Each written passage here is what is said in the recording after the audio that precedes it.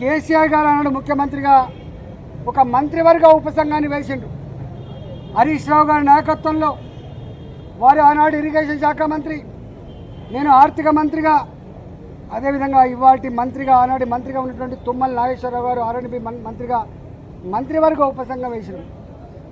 మంత్రివర్గ ఉపసంఘం సిడబ్ల్యూసి రిపోర్ట్లు, irrigation department ప్రతిపాదనలు, వాళ్ళ అవసరాలన్నీ కూడా మా ముందుకు పెట్టినప్పుడు మేమన్నాం, ఒకవేళ కనుక ఈ తుమ్మిడి గట్టి చేవెళ్ళ మన అవసరాలని తీర్చకపోతే మరో ప్రత్యామ్నాయ మార్గాన్ని అన్వేషించమని చెప్పినప్పుడు వారు అనేక రకాల సర్వేలు చేసి, అది టెక్నికల్ వాళ్ళు కాబట్టి ఇవాళ మేడిగడ్డ, సుందిల్ల, అన్నారం ప్రాజెక్టులకి వాళ్ళు ప్రపోజ్ చేశారు.